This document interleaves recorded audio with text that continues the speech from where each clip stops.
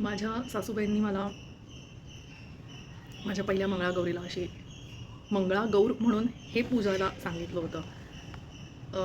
व्हिडिओत आत्ता दिसत नसेल तर मी पुन्हा एकदा नीट क्लोजअप दाखवते. हे शंकराची पिंड आणि त्याच्या मागे असा नागोबा आहे.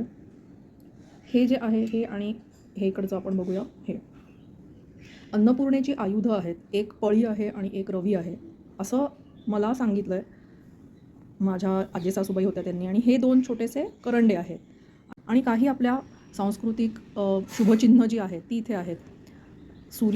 हा सूर्य आहे, हा चंद्र आहे. इथे तुम्ही बघू शकता नारळ आहे. हे चित्र मला माहिती नाही काय आहे, पण इथे केळ्याचा घड आहे.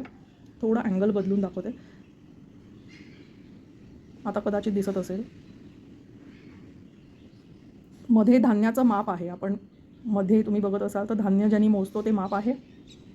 आणि इकडे पैशाचं चिन्ह असं कॉईनसारखं आहे. आणि हा एक प्राणी आहे. त्या प्राण्याचं मला कळलं नाही काय आहे, पण एक आहे प्राणी. तर अशी मंगळागौर आम्ही पूजलेली आहे. तुम्ही कशाची पूजा करता, अन्नपूर्णा का मंगळागौर? मला नक्की कॉमेंटमध्ये सांगा.